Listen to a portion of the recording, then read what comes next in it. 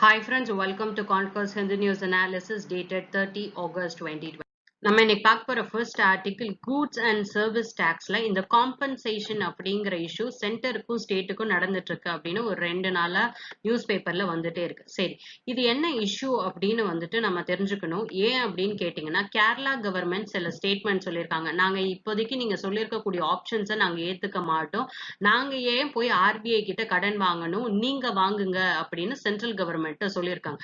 சரி, என்ன பிரச்சனை அப்படின்னு கேட்டீங்கன்னா, இந்த ஜிஎஸ்டி அப்படிங்கிறது ஒரு இன்டைரக்ட் டாக்ஸேஷன் சிஸ்டம். இதுக்கு முன்னாடி ஸ்டேட் கவர்மெண்ட்ஸுக்கு வேட் இந்த மாதிரி இருக்கக்கூடிய இன்டைரக்ட் டாக்ஸஸ் மூலியமா ஸ்டேட் கவர்மெண்ட்டுக்கு ரெவென்யூ அப்படின்னு வந்துட்டு இருந்தது. ஆனா எப்ப இது எல்லாத்தையும் ஒன்னு சேர கொண்டு வந்து ஜிஎஸ்டின்னு ஒண்ணு கொண்டு வந்தாங்களோ, அதுல இருந்து ஸ்டேட்ஸோட ரெவென்யூ அப்படிங்கிறது சில ஸ்டேட்ஸுக்கு ரொம்பவே அடிப்பட ஆரம்பிச்சிருச்சு. எஸ்பெஷலி ஃபார் மேனுஃபேக்சரிங் பேஸ்டு ஸ்டேட்ஸுக்கு ரொம்பவே அடிப்பட ஆரம்பிச்சிருச்சு. சோ அப்ப இந்த ஜிஎஸ்டி கொண்டு வரதுனால நிறைய ஸ்டேட் கவர்மெண்ட்டுக்கு ரெவென்யூ லாஸ் இருக்கும் அப்படிங்கிற காரணத்தினால சென்ட்ரல் கவர்மெண்ட் என்ன ப்ராமிஸ் மேக் பண்ணியிருப்பாங்கன்னா, அடுத்த 5 வருஷம், அதாவது 2017ல ஜிஎஸ்டியை வந்துட்டு லான்ச் பண்ணியிருப்பாங்க ஜூலை மாசத்துல. சோ அவங்க என்ன சொல்லியிருந்திருப்பாங்கன்னா, அடுத்த 5 வருஷம், அதாவது 2017ல இருந்து 2020 வரைக்கும் உங்களுக்கு ஏற்படக்கூடிய அனைத்து ரெவென்யூ லாஸுக்கும் ஜிஎஸ்டில இருந்து காம்பன்சேஷன் செஸ் அப்படின்னு ஒண்ணு போட்டு அதுல இருந்து உங்களோட ரெவென்யூ லாஸை வந்துட்டு நாங்க உங்களுக்கு ஈடு கட்டி கொடுத்துடுவோம் அப்படின்னு சென்ட்ரல் கவர்மெண்ட் ஒரு ப்ராமிஸ் மாதிரி மேக் பண்ணியிருந்தாங்க. சரி சார், நீங்க எப்படி காம்பன்சேஷனை கால்குலேட் பண்ணுவீங்க அப்படின்னு கேட்ட போது, இன்னும் ஒவ்வொரு வருஷமும் 2017னா அதுக்கு முன்னாடி பினான்சியல் இயர்ல எவ்வளோ ஒரு ஸ்டேட் கவர்மெண்ட் ரெவென்யூ ஜெனரேட் பண்ணியிருந்ததோ அதுல இருந்து ஒவ்வொரு வருஷமும் இந்த பர்டிகுலர் ஸ்டேட் 14% ரெவென்யூ growth காமிப்பாங்க அப்படிங்கறத எஸ்டிமேட்டா வச்சுட்டு, நாங்க இந்த 14% நீங்க அட்டைன் பண்ணலைங்கிற பட்சத்துல central government will give compensation. இன்னும் ப்ராப்பரா அண்டர்ஸ்டாண்ட் பண்ணிக்கிறதுக்கு நான் ஒரு எக்ஸாம்பிள் மாதிரி சொல்றேன். சே லைக் ஒரு ஸ்டேட் கவர்மெண்ட் வந்துட்டு பினான்சியல் இயர் 2020ல அவங்களோட வருமானமே 100 ரூபா அப்படின்னு வச்சுப்போம், சின்ன நம்பர்ல இருந்து வச்சுப்போம். அடுத்த வருஷம் அவங்க ரெவென்யூ growth அப்படின்னு காமிக்கும் போது, அதாவது அவங்களோட எக்கனாமிக் growth அப்படிங்கிறது 14% ஆயிருக்கு. ஸோ இதனால அவங்களுக்கு வரக்கூடிய ரெவென்யூ வந்துட்டு 14%. ஸோ ரெவென்யூல வந்துட்டு 14% growth காமிக்குது. Because of good economic growth நடக்குது அப்படின்னா அவங்க அடுத்த வருஷம் வந்துட்டு என்ன ஆகும், 114 ரூபாயா வந்துட்டு கன்வெர்ட் ஆகும் அவங்களோட ரெவென்யூ அவுட்கம். இந்த மாதிரி ஒருவேளை கரெக்டான இந்த 14% தான் வந்துட்டு ரெவென்யூ அவுட்கம் வந்திருக்குங்க பட்சத்துல சென்ட்ரல் கவர்மெண்ட் எந்த விதமான காம்பன்சேஷனும் பே பண்ண மாட்டாங்க. எப்பதான் காம்பன்சேஷன் பே பண்ணுவாங்கன்னா, இந்த 14% ரெவென்யூ இன்கம் வராம ஏதோ ஒரு காரணத்தினால ரெடியூஸ் ஆயிடுச்சுன்னு வச்சுக்கோங்க, 7% ரெவென்யூ இஸ் ரெடியூஸ்ட், இல்ல 7% தான் ரெவென்யூ growth காமிச்சிருக்கு அப்படின்னா, அப்ப வரக்கூடிய வருமானம் ஸ்டேட்டுக்கு எவ்வளவுதான் இருக்கு, 107 rupees தான் இருக்கு. ஆனா அவங்களோட எஸ்டிமேட்டட் வேல்யூ எவ்வளோ, 114 வந்துட்டு எஸ்டிமேட்டட் வேல்யூவா இருந்திருக்கணும். ஒருவேளை அதே பினான்சியல் இயர்ல, அதாவது தி நெக்ஸ்ட் கமிங் பினான்சியல்ல 114 ரூபா வராம 107 ரூபா வந்தது அப்படின்னா ஸ்டேட் கவர்மெண்ட்டுக்கு எவ்வளவு ரெவென்யூ லாஸ், 7 ரூபா ரெவென்யூ லாஸ். இந்த ரெவென்யூ லாஸ் தான் யாரு பே பண்ணுவான்னு கேட்டீங்கன்னா சென்டர் பே பண்ணுவாங்க. அப்ப centre has to pay ₹7 as compensation to the states. சரி, இந்த மாதிரி தான் வந்துட்டு காம்பன்சேஷன் வந்துட்டு ஸ்டேட்ஸுக்கு கொடுத்துட்டு இருக்காங்க. சரி, இப்ப என்ன இஷ்யூ அப்படின்னு கேட்டீங்கன்னா, கிட்டத்தட்ட ஏப்ரல் 2020ல இருந்து பேமெண்ட் வந்துட்டு சென்ட்ரல் கவர்மெண்ட் ஸ்டேட்ஸுக்கு கொடுக்கவே இல்லை. So the payment is bending. அப்ப ஏப்ரல்ல இருந்து ஜூலை 2020க்குள்ள சென்டர் கொடுக்க வேண்டிய அமௌண்ட் அப்படின்னு எடுத்துட்டீங்கன்னா ₹1.5 lakh crores சென்ட்ரல் கவர்மெண்ட் ஸ்டேட்ஸுக்கு கொடுக்கணும், ஆல் ஸ்டேட்ஸுக்கு கொடுக்கணும்.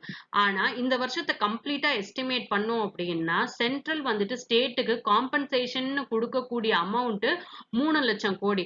ஆனா இந்த காம்பன்சேஷனுக்கு எப்படி கலெக்ட் பண்ணுவாங்கன்னு சொல்லியிருந்தாங்க, காம்பன்சேஷன் செஸ் அப்படின்னு சொல்லிட்டு ஒரு லக்ஸரி கூட்ஸுக்கு மேல இந்த செஸ்ஸை வந்துட்டு இன்டியூஸ் பண்ணி அதுல இருந்து வரக்கூடிய வருமானத்தை எடுத்து ஸ்டேட்ஸுக்கு கொடுப்பாங்க.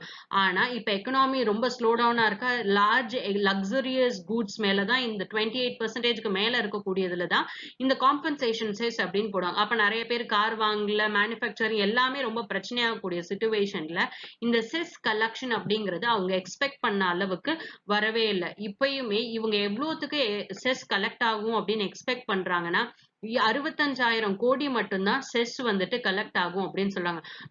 ஸ்டேட் கவர்மெண்ட்டுக்கு கொடுக்க வேண்டிய அமௌண்ட் எவ்வளவு, 3 லட்சம் கோடி. ஆனா வரக்கூடிய வருமானம் எவ்வளவுன்னு தான் சொல்றாங்க, 65,000 கோடி தான் வரும்னு சொல்றாங்க. அப்ப இதுல மீத இருக்கக்கூடிய ஷார்ட் ஃபால் அப்படிங்கிறது எவ்வளவு இருக்க போகுது, 2.35 lakh crore shortfalls. இவ்வளோ ஷார்ட்ஃபால் இருக்கக்கூடிய சிச்சுவேஷன், அதாவது டெபிசிட், இது இவ்வளோ அமௌண்ட் வந்துட்டு தேவை ஸ்டேட்டுக்கு கொடுக்க வேண்டியது. ஆனா இந்த அமௌண்ட் வந்துட்டு சென்ட்ரல் கவர்மெண்ட் கிட்ட இப்போதைக்கு இல்ல. ஏன்னா நாங்க காம்பன்சேஷன் செஸ்ல எங்களுக்கு வரக்கூடிய வருமானமே இவ்வளவுதான் இருக்கு அப்படின்னு சொல்லிட்டாங்க. இந்த ஷார்ட்ஃபாலை ஈடுகட்டணும் அப்படிங்கிற சிச்சுவேஷன் வரும்போதுதான் சென்ட்ரல் கவர்மெண்ட் 41st ஜிஎஸ்டி கவுன்சில்ல என்ன சொல்றாங்க அப்படின்னா, இந்த காம்பன்சேஷன் லெவிய வந்துட்டு அட்டார்னி ஜெனரல் ஆஃப் இந்தியா என்ன அட்வைஸ் சொல்லியிருப்பாருன்னா, இந்த காம்பன்சேஷன் செஸ்ஸை நம்ம ஏன் இன்னும் அடுத்த ஒரு 5 வருஷத்துக்கு எக்ஸ்டெண்ட் பண்ணக்கூடாது அப்படின்னு பத்தி பேசியிருந்திருப்பாரு. பிளஸ் மீட்டிங்ல 2 ஆப்ஷன்ஸ் பத்தி பேசியிருந்திருப்பாங்க. ஒன்னு என்ன அப்படின்னு சொல்றாங்கன்னா, ஸ்டேட்ஸுக்கு நாங்க ஸ்பெஷல் விண்டோ ஒன்னுட்டு ப்ரொவைட் பண்ணி கொடுக்குறோம், நீங்க ஆர்பிஐ கிட்ட இருந்து போய் கடன் வாங்கிக்கோங்க. ஆனா நீங்க அந்த ஆர்பிஐ கிட்ட கடன் வாங்கக்கூடியதை நீங்க வந்துட்டு இந்த 5 வருஷத்துக்கு கழிச்சு, அதாவது ஜூன் 2022 அப்படின்னு சொல்றதுக்கு அப்புறமாட்டி நீங்க ரீபே பண்ண ஆரம்பிங்க. நீங்க கடன் வாங்கலாம்னா நீங்க 97,000 crores மட்டுமே கடன் வாங்க முடியும். which means நீங்க கடன் வாங்குறதுக்கு அப்படின்னு சொல்லிட்டு ஸ்டேட்ஸ் இவ்ளோ லிமிட்ல தான் கடன் வாங்கலாம் அப்படிங்கறதே கான்ஸ்டிடியூஷனலாவே 1 to 2% இன்ட்ரெஸ்ட் ரேட்டோட தான் நீங்க கடனே வாங்கலாம். இல்ல 1 to 2% தான் உங்களோட கடனோட அமௌண்டே இருக்கலாம்னு சொல்லியிருப்பாங்க. அப்ப சென்ட்ரல் கவர்மெண்ட் என்ன பண்றாங்கன்னா, உங்களோட பாரோயிங் லிமிட்ட எஃப்ஆர்பிஎம் ஆக்டுக்கு அடியில நாங்க 0.5% நாங்க ரிலாக்ஸேஷன் பண்றோம், நீங்க போய் கடன் வாங்கிக்கோன்னு சொல்றாங்க. ஆனா இதுக்கு முன்னாடி மார்ச் மாசத்துக்கு அப்புறமாட்டி இந்த ரெவென்யூ கிரன்ச் எல்லாம் வரக்கூடிய சிச்சுவேஷன்ல கூட நீங்க கடன் வாங்குற லிமிட்டை நாங்க எக்ஸீட் பண்ணி கொடுக்குறோம், இதே 0.5% ரிலாக்ஸேஷன் கொடுக்குறோம்னு சொல்லியிருந்தாங்க. ஆனா அதுல சில கண்டிஷன்ஸ் எல்லாம் இருந்து, நீங்க பவர்ல கொடுக்கக்கூடிய சப்சிடியை வந்துட்டு ரெடியூஸ் பண்ணுங்க அப்படிங்கிற மாதிரியான நிறைய கண்டிஷன்ஸ் இருந்து. ஆனா இந்த வருஷம் இவங்க சொல்லும் போது, இப்ப சொல்லியிருக்கும் போது, இந்த பாரோயிங் லிமிட் நீங்க 0.5% நாங்க ரிலாக்ஸேஷன்ஸ் தரோம், எந்த ஒரு கண்டிஷனுமே இல்லாம அப்படின்னு சொல்லியிருக்காங்க. இது first option that was given to these states. Second option கொடுக்கும்போது என்ன சொல்லியிருந்தாங்கன்னா, இல்ல ஒருவேளை நீங்க வந்துட்டு சில அமௌண்ட்டை மட்டும்தான் நீங்க வாங்கிக்க வேணாம் அப்படின்னு நினைச்சீங்கன்னா, மொத்தமா இருக்கக்கூடிய ஷார்ட் ஃபால்ஸுக்கு ஸ்டேட்ஸ் வந்துட்டு வாங்கிக்கோங்க. சோ அப்ப borrow the entire projected shortfall எவ்வளவு ப்ரொஜெக்ட் பண்ணியிருந்தாங்க, 2.35 lakhs வந்துட்டு டெபிசிட் அப்படின்னு ப்ரொஜெக்ட் பண்ணி, இது எல்லாத்தையுமே நீங்க கடன் வாங்கிக்கோங்க. இது ஆர்பிஐ மூலியமாவே வாங்கிக்கலாம், ஆனா மார்க்கெட் பாரோயிங்ஸ் யூஸ் பண்ணுங்க, வெளியில கடன் வாங்குங்க அப்படின்னு சொல்லியிருக்காங்க. சோ இது ஆர்பிஐ கிட்ட இருந்து வாங்குங்க, இது மார்க்கெட்டை பேஸா வச்சு அங்க இருந்து கடன் வாங்குங்க அப்படின்னு சொல்லியிருந்தாங்க. இந்த மாதிரி 2 ஆப்ஷன்ஸ் கொடுத்ததுக்கு அப்புறமாட்டி ஸ்டேட் என்ன கன்சர்ன் ரைஸ் பண்ணியிருந்தாங்க அப்படின்னா, இந்த கேப்புக்கு வந்துட்டு நீங்க ஃபில் பண்ணணும், நாங்க ஏன் கடன் வாங்கணும், சென்டர் வந்துட்டு நீங்க கடன் வாங்கி இந்த கேப்பை வந்துட்டு பிரிட்ஜ் பண்ணுங்க. ஏன்னா சென்டர் வாங்கக்கூடிய கடனுக்கான இன்ட்ரெஸ்ட் ரேட் அப்படிங்கிறது ரொம்பவே கம்மியா இருக்கும் அப்படிங்கிறது. பிளஸ் கேரளா ஸ்டேட் என்ன சொல்லியிருந்தாங்கன்னா, எஃப்ஆர்பிஎம் ஆக்ட்ல நீங்க 0.5% நீங்க இன்க்ரீஸ் பண்றீங்கன்னா இதனால எங்களுக்கு எந்த விதமான ரெவென்யூ இம்ப்ரூவ்மெண்ட்டும் இருக்க போறது கிடையாது. சோ அப்ப இந்த எஃப்ஆர்பிஎம் ஆக்ட் அடியில இருக்கக்கூடிய லிமிட்டை நீங்க 1.5% இன்க்ரீஸ் பண்ணுங்க அப்படின்னு சொல்லியிருந்தாங்க. இதுவே பஞ்சாப் சொல்லும் போது என்ன சொல்லியிருந்தாங்கன்னா, நாங்க நான் இன்னைக்கு வாழ்றதுக்காக நாங்க கடன் வாங்கணும் அப்படின்னா நாளைக்கு எங்களோட ஃபியூச்சரை வந்துட்டு நாங்க அடகு வைக்கிற மாதிரி ஆயிடாதா அப்படிங்கிற மாதிரி குவெஸ்சன் ரைஸ் பண்ணிருக்காங்க. டெல்லி என்ன சொல்லியிருந்தாங்கன்னா, இந்த மாதிரி ஆர்பிஐ கிட்ட இருந்து பாரோ பண்ணக்கூடிய ஆப்ஷனே எங்களுக்கு வயபிளே கிடையாது.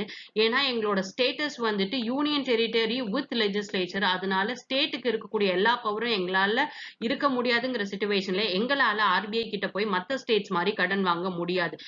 வெஸ்ட் பெங்கால் சொல்லும் போது என்ன சொல்றாங்க அப்படின்னா, இந்த மாதிரி நாங்க வந்துட்டு கடன் வாங்குறோம் அப்படின்னா நாளை பின்ன எங்களுக்கு வந்துட்டு நாங்க இந்த கடனை அடைக்கிறதே எங்களுக்கு ரொம்ப பெரிய வேலையாவே போயிடும், இது வந்துட்டு எங்களோட ஃபினான்ஷியல் ஸ்ட்ரென்த்தை வந்துட்டு ரொம்பவே பாதிக்கும் அப்படின்னு நிறைய கிரிட்டிசிசம் சொல்லியிருந்தாங்க.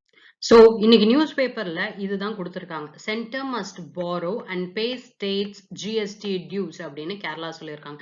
ஏற்கனவே நம்ம டிஸ்கஸ் பண்ணதான் நிறைய பேசியிருக்காங்க. சென்டரோட ஆஃபர் ஆர்பிஐ கிட்ட இருந்து borrow பண்ணுங்க, இல்ல மார்க்கெட்ல இருந்து நீங்க borrow பண்ணுங்க.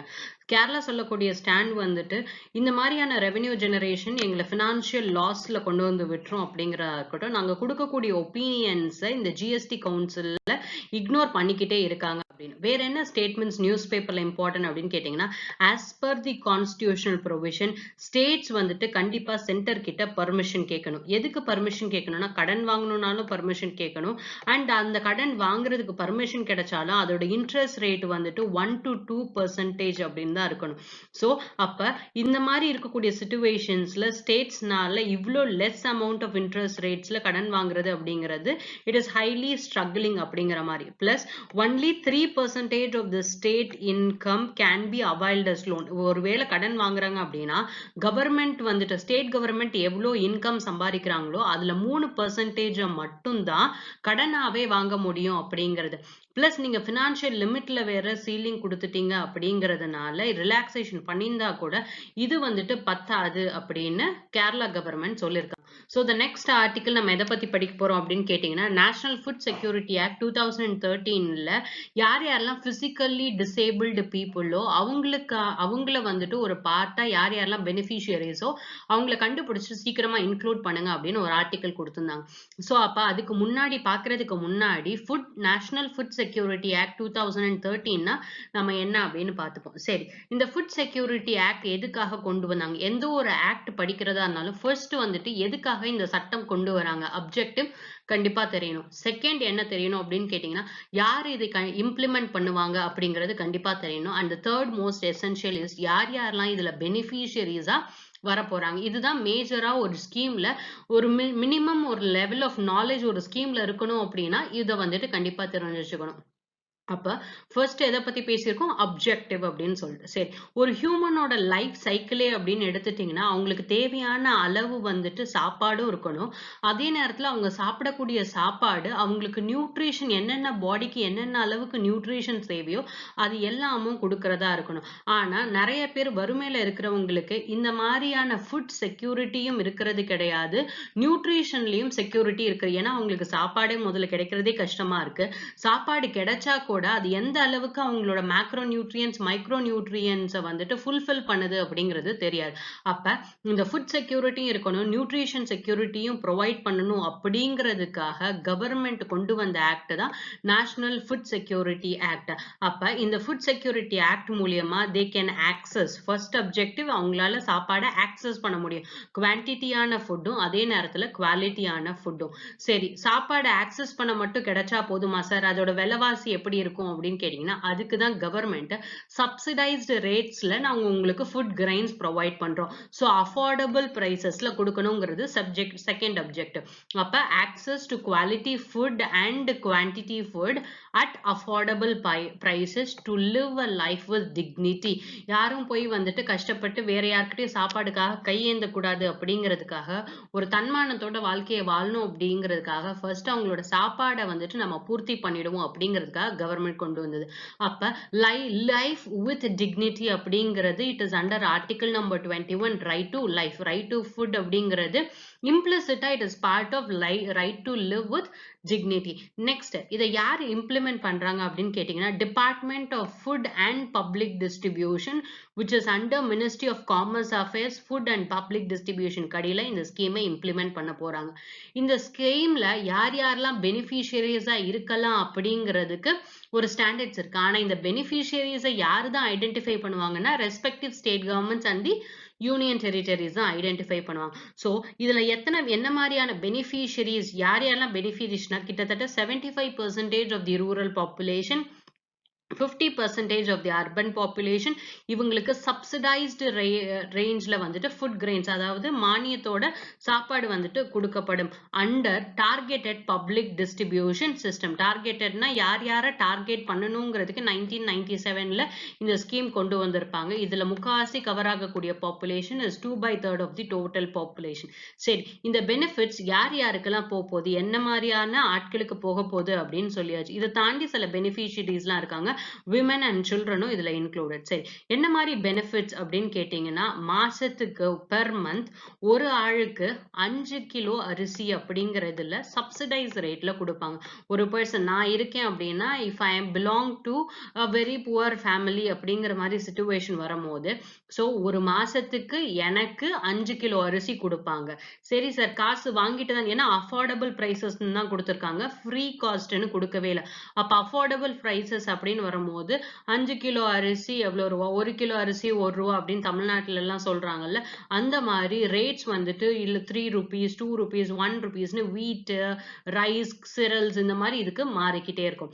நெக்ஸ்ட் என்ன பெனிஃபிட்ஸ் அப்படின்னு கேட்டீங்கன்னா அந்தியோதயா அன்ன யோஜனா இருக்கு. புவர்லயுமே இன்னும் ரொம்ப வறுமையில இருக்கக்கூடியவங்க, அவங்க ஏழை தான், ஆனா ஏழையிலுமே ரொம்ப ஏழையா இருக்கக்கூடிய வீடுங்களுக்கு, ஹவுஸ் ஹோல்ட்ஸுக்கு per month ஒரு மாசத்துக்கு ஒரு வீட்டுக்கு 35 கிலோ அரிசி கொடுக்கறதா இந்த அந்தியோதயா அன்ன Yojana. This will also come under National Food Security Act 2013.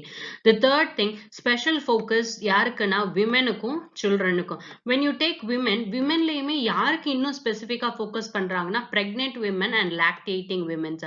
Pregnant விமெனுக்கு டியூரிங் பிரெக்னன்சி, லாக்டேட்டிங் விமெனுக்கு வந்துட்டு ஆர் மதர்ஸ்க்கு லாக்டேட்டிங் மதர்ஸ்க்கு வந்துட்டு 6 months after your child birth. குழந்தை பிறந்ததுக்கு அப்புறம் எவ்வளவு நாளைக்கு தாய்ப்பால் கொடுக்குறாங்களோ, ஸோ 6 மாசம் வரைக்கும் இவங்களால என்ன பண்ண முடியும் அப்படின்னு கேட்டீங்கன்னா இந்த நேஷனல் ஃபுட் செக்யூரிட்டி ஆக்ட் கடியில கவர் ஆவாங்க. இவங்க 2 பேருக்குமே மீல்ஸும் கவர்மெண்ட் ப்ரொவைட் பண்ணும், பிளஸ் மெட்டர்னிட்டி பெனிஃபிட்டா 6000 ரூபாய் கவர்மெண்ட் ப்ரொவைட் பண்ணும் அப்படின்னு. ஒருவேளை ஃபுட் கிரைன்ஸோ இல்ல மீல்ஸோ சப்ளை பண்ணப்படல அப்படிங்கிற பட்சத்துல ஃபுட் செக்யூரிட்டி அலோவன்ஸ் அப்படிங்கிறது கொடுக்கப்படும். அதே மாதிரி தான் சில்ட்ரன்ஸ் வந்துட்டு someone who is below 14 years of age will be covered under National Food Security Act. Mid day meal scheme ஸ்கூல்ல போடுறதா இருக்கட்டும், இன்டகிரேட்டட் சைல்ட் டெவலப்மெண்ட் ஸ்கீம்ல வரதா இருக்கட்டும், everything is completely under National Food Security Act. So இந்த beneficiaries identify பண்றது state government. இந்தியாவில் இருக்கக்கூடிய எல்லா ஸ்டேட்ஸ் அண்ட் யூனியன் டெரிட்டரிஸுக்கும் இந்த லா இஸ் அப்ளிகபிள். இது கொஞ்சம் பார்த்து வச்சுக்கோங்க சரியா. இதுக்கு முன்னாடி இந்த ஆக்ட்ல யார் யாருக்கு அப்ளிகபிள் இல்ல அப்படிங்கிற மாதிரி. So this particular law is applicable to all states and union territory. So இன்னைக்கு ஆர்டிக்கல்ல வந்துட்டு என்ன சொல்லியிருந்தாங்கன்னா, சென்ட்ரல் கவர்மெண்ட் ஸ்டேட்டையும் யூனியன் டெரிட்டரிஸையும் யார் யாரெல்லாம் பர்சன்ஸ் வித் டிசபிலிட்டியோ அவங்கள யார் யாரெல்லாம் எலிஜிபிள் கேண்டிடேட்ஸா இருக்காங்களோ அவங்க எல்லாரையும் ஐடென்டிஃபை பண்ணி அவங்களுக்கு முதல்ல நீங்க ரேஷன் கார்டு கொடுங்க. ஏன்னா நிறைய பேருக்கு ரேஷன் கார்டு இல்லாம இருக்கு. ஏன் திடீர்னு இந்த மாதிரியான ஸ்டேட்மெண்ட் அப்படின்னு கேட்டீங்கன்னா, கோவிட் சிச்சுவேஷன் வந்ததுக்கு அப்புறமாட்டி கவர்மெண்ட் ஆத்ம நிர்பான் பாரத் பேக்கேஜ் அப்படின்னு சொல்லிட்டு ஒரு பேக்கேஜை வந்துட்டு இன்ட்ரடியூஸ் பண்ணியிருந்தாங்க. இந்த பேக்கேஜுக்கு அடியில எல்லாருக்குமே வந்துட்டு ஃப்ரீயா ஃபுட் கிரைன்ஸ் தரப்படும் டில் August 31st. இந்த August 31st டெட்லைன் வரதுனால இதுக்கு மேல இது எக்ஸ்டெண்ட் பண்ணப்படல.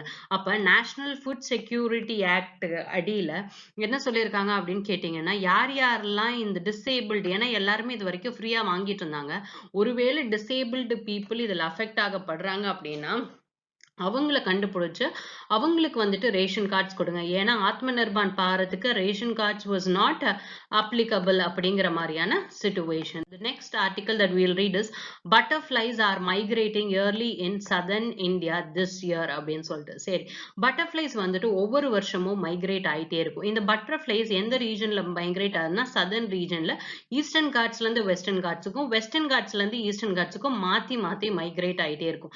சரி, என்ன இந்த வருஷம் நியூஸ் அப்படின்னு கேட்டீங்கன்னா, இந்த வருஷம் இயர்லியாவே வெஸ்டர்ன் காட்ஸ்ல இருந்து ஈஸ்டர்ன் காட்ஸ்ல இருந்து வெஸ்டர்ன் காட்ஸுக்கு மைக்ரேட் ஆகுறது சீக்கிரமாவே நடந்திருக்கு அப்படின்னு ஆர்டிக்கல்ல சொல்லியிருக்காங்க. ஜென்ரலா மைக்ரேஷன் அப்படிங்கிறது எந்த மாசத்துல நடக்கும் அப்படின்னா, நம்மளோட நார்த் ஈஸ்ட் மான்சூன் ஆன்செட் ஆகும்ல. ஸோ சென்னைக்கு மழை வரக்கூடிய டைம்ஸ்க்கு அக்டோபர்ல இருந்து நவம்பர், தமிழ்நாடுக்கு அக்டோபர்ல இருந்து நவம்பர்ல இருந்தா மழை பெய்யக்கூடிய இது அப்படின்னு சொல்லுவாங்க. அந்த மான்சூன் சீசன் அப்ப ஈஸ்டர்ன் காட்ஸ்ல இருந்து வெஸ்டர்ன் காட்ஸுக்கு போகும், அதாவது பிளைன் ரீஜன்ஸ்ல இருந்து காட்ஸுக்கு போகும். வேறஸ் ஏப்ரல் அண்ட் ஜூன் திருப்பி சவுத் வெஸ்ட் மான்சூன் எப்போ வருதோ அப்ப it will move from the ghats to the plains. ஆனா இது மூவ் பண்ணக்கூடிய ஆரம்பிக்கிற டைம் எப்பதான் ஆரம்பிக்கும், மைக்ரேஷன், அதாவது ஒரு இடத்துல இருந்து இன்னொரு இடத்துக்கு இடம் பெயர்றது. ஸோ இது ஆகிறதே வந்துட்டு அக்டோபர் மாசத்துல தான் நடக்கும். ஆனா ஃபார் த ஃபர்ஸ்ட் டைம் இந்த மைக்ரேட்டரி சைட்டிங் ஜூலை 14 ஆரம்பிச்சிருக்கு from Parambikulam tiger reserve in Palakkad district அப்படின்னு சொல்லியிருக்காங்க. இன்னும் சில பேர் 21st ஆகஸ்ட் அன்னைக்கு இன்னும் ஜாஸ்தியான மைக்ரேஷன் நடந்திருக்கு. பிளஸ் பட்டர்ஃப்ளை வந்துட்டு ஆமா நிறைய வந்துட்டு இந்த டைம் ஸ்கேல்லே வந்துச்சு. ஏன்னா நமக்கு ஆகஸ்டே முடியல, ஆனா நிறைய பட்டர்ஃப்ளைஸ் வர ஆரம்பிச்சிருக்குன்னு மைசூர், பெங்களூரு, கோலார், கூர்க் டிஸ்ட்ரிக்ட்ஸ்ல எல்லாம் சொல்லியிருக்காங்க. சரி, எங்க இருந்து இது ஆரிஜின் ஆகும் அப்படின்னு கேட்டீங்கன்னா, ஈஸ்டர்ன் காட்ஸ்ல Yercaud hills, Shevaroy hills, Pachaimalai hills, Kolli hills, Kalvarayan hills, இது எல்லாமே the major originating places for migrating species. இந்த மேஜரா மைக்ரேட் ஆகக்கூடியதுல 4 ஸ்பீசஸ் தான் வந்துட்டு ரொம்ப ஜாஸ்தியா மைக்ரேட் ஆகுது. 4 species of milkweed butterflies அப்படிங்கிறது. சரி, இந்த milkweed butterfliesல 4 ஸ்பீசஸ் இருக்கு. Dark blue tiger, blue tiger, common crow and double branded அப்படிங்கிறது. இதுலயுமே 90% எதுதான் வந்துட்டு மைக்ரேட் ஆகுது அப்படின்னு கேட்டீங்கன்னா, இந்த ப்ளூ டைகரும் டார்க் ப்ளூ டைகரும் அப்படிங்கிறது. இதை தாண்டி வேற ஸ்பீசஸ் ஆஃப் பட்டர்ஃப்ளைஸும் மைக்ரேட் ஆகுது. Lime, snow, swallow tail, lemon pansy, common leopard, blue pansy, common emigrant, lemon emigrants அப்படிங்கிற மாதிரியான பட்டர்ஃப்ளை ஸ்பீசஸும் மைக்ரேட் ஆகுது. ஆனா என்னதான் இவங்க மைக்ரேட் ஆனாலும் இவங்களோட ப்ரொபோர்ஷன் அப்படிங்கிறது இட் இஸ் வெரி லெஸ். ஆனா இந்த வருஷம் மட்டும் இந்த லைம் ஸ்வாலோ டெயில் பட்டர்ஃப்ளை அப்படிங்கிறது மட்டும் ஓரளவு இன்க்ரீஸ் காமிச்சிருக்கு அப்படின்னு சொல்றாங்க. சரி, ஏன் சார் இந்த வருஷம் ஏர்லியான மைக்ரேஷன் அப்படின்னு கேட்கும் போது பாசிபிளான ரீசன்ஸ் என்ன சொல்றாங்கன்னா, there is a change in rainfall patternsல சேஞ்ச் இருக்கு. Plus there is a considerable increase in the sunny days. Sunshine வந்துட்டு ஓரளவு நிறைய நாள் வர மாதிரி இருக்கு அப்படிங்கிறது. ஸோ அப்ப இந்த ரீசன்ஸ்னால தான் இந்த வருஷம் மைக்ரேஷன் ஜாஸ்தியா இருக்கு. ஆனா இந்த பட்டர்ஃப்ளைஸ் மைக்ரேட் ஆகக்கூடிய சிச்சுவேஷன்ல இந்த மாதிரியான யார் யாரெல்லாம் பட்டர்ஃப்ளைஸ் அப்சர்வ் பண்றாங்களோ இவங்க என்ன சொல்றாங்கன்னா, thousands of butterflies வந்துட்டு வெஹிக்கிள்ஸ்ல அடிபட்டு இறந்துருது அப்படின்னு சொல்றாங்க அவங்களோட மைக்ரேட்டரி பாத்துல இருக்கும் போது. ஸோ இதுதான் இதோட கரண்ட் அஃபேர்ஸ். ஸோ அப்போ வந்துட்டு இது வந்துட்டு மேப். ஸோ ப்ரீ மான்சூன் அப்படின்னு சொல்றாங்களே, ஏப்ரல்ல இருந்து ஜூன் மந்த், அதாவது சவுத் வெஸ்ட் மான்சூன் வர்றதுக்கு முன்னாடி உங்களோட பட்டர்ஃப்ளைஸ் இந்த எல்லோ கலர் லைன் இருக்குல்ல, வெஸ்டர்ன் காட்ஸ்ல இருந்து எது நோக்கி போகுது, ஈஸ்டர்ன் டைரக்ஷன்ல போகுது. இதுவே போஸ்ட் மான்சூன், அதாவது யோர் நார்த் ஈஸ்ட் மான்சூன் வரக்கூடிய time scale October to November. பட்டர்ஃப்ளைஸோட ட்ராஜெக்டரி எப்படி இருக்கு அப்படின்னு கேட்டீங்கன்னா, இந்த ரெட் கலர் லைன்ல இந்த டைரக்ஷன்ல இருக்குல்ல, இந்த மாதிரி மைக்ரேஷனா ரிவர்ஸ் மைக்ரேஷன் எப்பயுமே வந்துட்டு நடந்துட்டே இருக்கும். The next article that we'll read is environmentalist petition prime minister on Chardham project. சரி, இது என்ன சார்தம் அப்படின்னு கேட்டீங்கன்னா, சார் அப்படின்னா ஹிந்தில நாலு புனித ஸ்தலங்களை வந்துட்டு கனெக்ட் பண்ணும் அப்படிங்கிறது. யமுனோத்ரி, கங்கோத்ரி, கேதார்நாத், பத்ரிநாத் அப்படிங்கிற 4 பிளேசஸையும் கலெக்ட் பண்ணும். இந்த 4 பிளேசஸ்மே எங்க தான் இருக்கு அப்படின்னு கேட்டீங்கன்னா, உத்தரகண்ட்ல இருக்கு. சரி, உத்தரகண்ட்ல வந்துட்டு ஜாஸ்தியா இருக்கக்கூடியது ஹிமாலயன் ரீஜன்ஸ், எல்லாருக்குமே தெரியும் எர்த் குவேக் ப்ரோன் ரீஜன்ஸ். இந்த ப்ராஜெக்டே என்ன அப்படின்னு கேட்டீங்கன்னா, கிட்டத்தட்ட 900 கிலோமீட்டர்ஸ் வந்துட்டு இந்த ஹில் ரோடு, இது வந்துட்டு கம்ப்ளீட்டா ரோட் ப்ராஜெக்ட். இந்த 900 கிலோமீட்டர்ஸ் ரோட் ப்ராஜெக்டை வைடன் பண்ணணும். வைடன் பண்ற பட்சத்துல என்ன ஆகும்னு கேட்டீங்கன்னா, பில்கிரிம்ஸ் யாரெல்லாம் இந்த கோயிலுக்கு சாமி கும்பிட போறாங்களோ அவங்களுக்கு இம்ப்ரூவ்டான ஆக்சஸ் கிடைக்கும் அப்படின்னு சொல்லிட்டு இந்த ப்ராஜெக்டை கொண்டு வந்திருக்காங்க. என்விரான்மெண்டலிஸ்ட் என்ன சொல்றாங்க அப்படின்னு கேட்டீங்கன்னா, இந்த ரோட் ப்ராஜெக்டை நீங்க தயவு செஞ்சு கொண்டு வராதீங்க, ஏன்னா இது என்விரான்மெண்டலா ஒரு சேஃபான ப்ராஜெக்டா இருக்காது அப்படின்னு சொல்லிட்டு. இந்த ப்ராஜெக்ட் மேல 2 கமிட்டிஸ் ஃபார்ம் பண்ணியிருப்பாங்க. ஒன்னு ரவி சோப்ரா அப்படிங்கிற ஒருத்தரோட committee, who was and supreme court appointed committee. இது சஸ்டைனபிளான ப்ராஜெக்ட் அப்படின்னு பார்த்து சொல்லுங்க அப்படின்னு சொல்லிட்டு.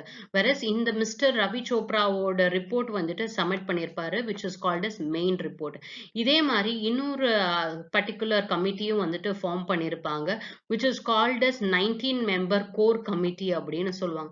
இந்த 2 கமிட்டியும் கொடுத்திருக்கக்கூடிய ரிப்போர்ட்ல இருக்கக்கூடிய டிஃபரன்ஸ் என்ன அப்படின்னு கேட்டீங்கன்னா, மெயின் ரிப்போர்ட், அதாவது மிஸ்டர் சோப்ரா கொடுத்தக்கூடிய ரிப்போர்ட் என்ன ரெக்கமெண்ட் பண்ணுதுன்னா, நீங்க ரோடு வித் வந்துட்டு நீங்க நேரோ டவுன் பண்ணுங்க அப்படின்னு சொல்றாங்க. நீங்க 900 கிலோமீட்டர்ஸோட ரோட்வேஸை நீங்க வைட் ஆக்குறேன்னு சொல்றீங்க. So narrower road widths than the majority. So majority group என்ன சொல்றாங்களோ அதை கம்பேர் பண்ணும் போது நேரோவான ரோட்ஸ் வந்துட்டு கொண்டு வாங்க. ஸோ அலிகேஷன் என்ன வைக்கிறாங்கன்னா, இந்த மெஜாரிட்டி குரூப், அதாவது 19 மெம்பர் கோர் கமிட்டி இருக்குல்ல, இவங்க அவங்களோட மெம்பர்ஷிப்பை மிஸ்யூஸ் பண்ணிக்கிறாங்க அப்படின்னு சொல்லிட்டு. ஸோ ஏற்கனவே கோர்ட்ல வந்துட்டு இந்த கேஸ் இருக்கிறதுனால ஃபைனல் டெசிஷன் இந்த ரோடோட வித் இன்க்ரீஸ் பண்ணணுமா டிக்ரீஸ் பண்ணணுமா, இந்த ஹிமாலயாஸ்ங்கிற என்விரான்மெண்ட் ரொம்ப ஃப்ரெஜைலா இருக்கக்கூடிய என்விரான்மெண்ட்டை ப்ரொடெக்ட் பண்ணுமாங்கிற டெசிஷன் சுப்ரீம் கோர்ட் எடுப்பாங்க.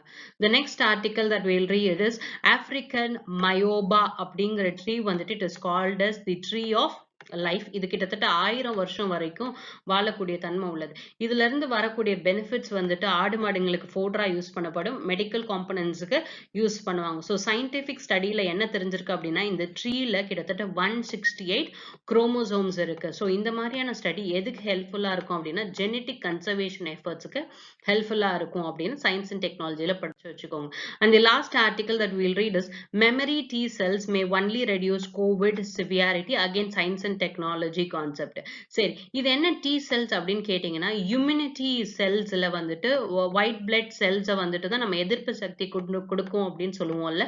ஸோ ஒயிட் பிளட் கார்பசெல்ஸ்ல வந்துட்டு one of the most important cell is your T cell. சரி, இந்த டி செல் அப்படிங்கிறது நமக்கு ஏதோ ஒரு இதுக்கு முன்னாடி சில கோல்டு மாதிரி கொரோனா வைரஸோட இது வேரியன்ட் தானே இப்ப வந்திருக்க கோவிட். ஸோ கொரோனா வைரஸ் மாதிரி இருக்கக்கூடிய காமன் கோல்டு கொரோனா வைரஸஸ்க்கு வந்துட்டு யாராச்சும் ஒருத்தர் எக்ஸ்போஸ் ஆயிருக்காங்க அப்படின்னா அவங்களுக்கு அவங்களோட பாடிக்கு ஏற்கனவே இந்த மாதிரி ஒரு கொரோனா வைரஸ் அப்படின்னு காமன் கோல்டு உள்ள கொரோனா வைரஸ் இருக்குங்கிறது தெரியும். அப்ப அவங்களோட பாடியோட ஒயிட் பிளட் கார்பசல்ஸ்ல இந்த டி செல்ஸ் அப்படிங்கிறது வந்துட்டு ஏற்கனவே இருந்திருக்கும். அந்த டி செல்ஸ் என்ன பண்ணும் அப்படின்னு கேட்டீங்கன்னா, ஒரு எதிரி வருது, ஆன்டிஜென் வருது அப்படிங்கறத வச்சு இது வந்துட்டு ரியாக்ட் பண்ண ஆரம்பிக்கும். இனிஷியலா சொல்லும் போது என்ன சொல்லியிருந்தாங்க அப்படின்னா, கிட்டத்தட்ட 20 to 50% of the people who have not been infected, இது வரைக்கும் இன்ஃபெக்ட் ஆகாத பீப்புள் எடுத்து பார்க்கும்போது அவங்க கிட்ட இந்த டி செல்ஸ் வந்துட்டு டிரைவ் ஆயிருக்கு. சரி, இந்த டி செல்ஸ் வந்ததுக்கான ரீசன் இதுக்கு முன்னாடி அவங்க காமன் கோல்ட் கொரோனா வைரஸ்னால அஃபெக்ட் ஆயிருந்தாங்க அப்படிங்கிறது தான். சரி, அப்ப இந்த மாதிரி டி செல்ஸ் ஜாஸ்தியா இருக்கக்கூடிய மக்களுக்கு வந்துட்டு கொரோனா வைரஸ் அஃபெக்ட் ஆகாதா, இல்ல அவங்கள டெத் கிரியேட் பண்ணாதா அப்படின்னு கேட்கும் போது, இந்த டி செல்ஸ் இருக்கிறதுனால ஹர்ட் இம்யூனிட்டி அப்படிங்கிறது வரப்போறது கிடையாது. ஆனா கோவிட்ல ரொம்ப சிவியரா இருக்கக்கூடிய கண்டிஷன்ஸ் இந்த பீப்புளுக்கு வராது அப்படின்னு சொல்றாங்க. ஸோ எந்தெந்த people who are having pre-existing T செல்ஸோ அவங்களுக்கு வந்துட்டு ரெக்கவரி ரேட் அப்படிங்கிறது ஃபாஸ்டரா இருக்கும், ஸ்ட்ராங்கரா இருக்கும் அப்படின்னு சொல்லியிருக்காங்க. ஸோ அப்ப இந்த மெமரி டி செல்ஸ் இந்த டி செல்ஸ் அப்படிங்கிறது எங்க ஆரிஜின் ஆகும் அப்படின்னு கேட்டீங்கன்னா, போன் மேரோல ஆரிஜின் ஆகும். எங்க மெச்சூர் ஆகும் அப்படின்னா தைமஸ்ல வந்துட்டு மெச்சூர் ஆகும். அப்ப இந்த மெமரி டி செல்ஸ் வந்துட்டு ஆர் எக்ஸ்ட்ரீம்லி அன்லைக்லி. இது இன்ஃபெக்ஷனை ப்ரிவென்ட் பண்ணுமா அப்படின்னு கேட்டீங்கன்னா கண்டிப்பா ப்ரிவென்ட் பண்ணாது. வேற என்ன சொல்றாங்க அப்படின்னு கேட்டீங்கன்னா, என்ன மாதிரியான ஸ்பெகுலேஷன் தான் வைக்கிறாங்கன்னா, டிசீஸோட சிவியாரிட்டி அண்ட் டெத்தை வந்துட்டு ரெடியூஸ் பண்ணும் அப்படிங்கிறது. So T cells are not going to protect against infection, but many prevent recurrent severe, may prevent recurrent severe COVID-19. அப்ப டி செல்ஸ் வந்துட்டு இன்ஃபெக்ஷன்ல இருந்து ப்ரொடெக்ட் பண்ணாது. ஏன்னா ஒரு மிஸ்கன்சம்ஷன் இருந்துட்டே இருந்தது. இந்த டி செல்ஸ் எல்லாருக்கும் வந்துடுச்சு அப்படின்னா ஹர்ட் இம்யூனிட்டி அட்டைன் பண்ணிடலாம் அப்படிங்கிறது. ஆனா அது வந்துட்டு நடக்காம போயிடுச்சு. அதனாலதான் இந்த பேப்பர்ல என்ன சொல்லி, இந்த மாதிரி நிறைய ஜர்னல் பேப்பர்ஸ்ல என்ன சொல்லியிருந்தாங்கன்னா, இது இன்ஃபெக்ஷன் வர்றதை தடுக்க போறது கிடையாது, ரீஅக்கரன்ஸை மட்டும்தான் ஸ்டாப் பண்ணுது அப்படிங்கிறது. பிளஸ் இந்த டி செல்ஸ் அப்படிங்கிறது சீசனல் கொரோனா வைரஸ்க்கு மட்டும்தான் வந்துட்டு இது வரைக்கும் ஜெனரேட் ஆயிட்டே இருந்தது. So many people who would get infected with SARS-CoV-2, but fewer would become severely ill. So சில பேருக்கு மட்டும்தான் இது ரொம்ப சிவியரி இல் ஆகும். ஒருவேளை அந்த பர்சனுக்கு இந்த டி செல் ஜெனரேட் ஆகக்கூடிய பட்சத்துல டெத்ல இருந்து அவங்க ப்ரொடெக்ட் பண்ணிடலாம் அப்படிங்கிறது. ஸோ அப்ப அந்த cross reactory memory T cells அப்படிங்கிறது எதனால ஆக்டிவேட் ஆகுதுன்னா, because of the antibodies production and இந்த டெவலப்மெண்ட், இந்த டி செல்ஸ் வந்துட்டு டெவலப் ஆகக்கூடிய சிச்சுவேஷன்ல எந்தெந்த செல்ஸ் எல்லாம் இந்த வைரஸ்னால அஃபெக்ட் ஆயிருக்கோ அந்த செல்லையே இந்த டி செல் கம்ப்ளீட்டா அழிச்சிடும் அப்படின்னு சொல்லுவாங்க. ஒன்ஸ் அந்த செல்லையே அழிக்கக்கூடிய பட்சத்துல கொஞ்சம் கொஞ்சமா ரிசர்வாயர் எந்த இடத்துல இருந்து இந்த இன்ஃபெக்ஷன் ஸ்டார்ட் ஆகுதோ அந்த ரிசர்வாயரையே பாடியில இருந்து கம்ப்ளீட்டா எலிமினேட் பண்ணிடும். இது பண்றதுனால தான் டிசீஸோட சிவியாரிட்டி ரெடியூஸ் ஆகுது அப்படின்னு சொல்லியிருக்காங்க. ஸோ அப்ப it is very clear that ரொம்ப பெரிய மிஸ்கன்சம்ஷன் சொசைட்டில போயிட்டு இருக்கு. ஒருவேளை இந்த ரியாக்டரி மெமரி டி செல்ஸ் இருக்கக்கூடிய பட்சத்துல ஹர்ட் இம்யூனிட்டியை அட்டைன் பண்ணிடலாம் அப்படிங்கிறது. கண்டிப்பா இது ஒரு ப்ரொடெக்டிவான ஹர்ட் இம்யூனிட்டியா அமையவே முடியாது. ஈவன் இஃப் மோஸ்ட் வேக்சின்ஸ்னாலையும் இந்த ப்ரிவென்டிவ் இன்ஃபெக்ஷன்ஸ் வந்துட்டு இந்த டி செல்ஸ் அலோவ் பண்ணாது. So they reduce or eliminate the ஒன்னு டிசீஸை ரெடியூஸ் பண்ணும், இல்ல எலிமினேட்டே பண்ணும். ஒருத்தருக்கு கண்டிப்பா அது வரவிடாமையே தடுத்துரும் அப்படிங்கிறது இந்த டி செல்ஸ்னால பண்ண முடியாது அப்படின்னு இந்த ஆர்டிக்கல்ல எழுதியிருக்காங்க. ஸோ இதுதான் என்னோட important current affairs. If you like my video, like, share and subscribe to Conquer IAS and press the bell icon for further notifications. Thank you.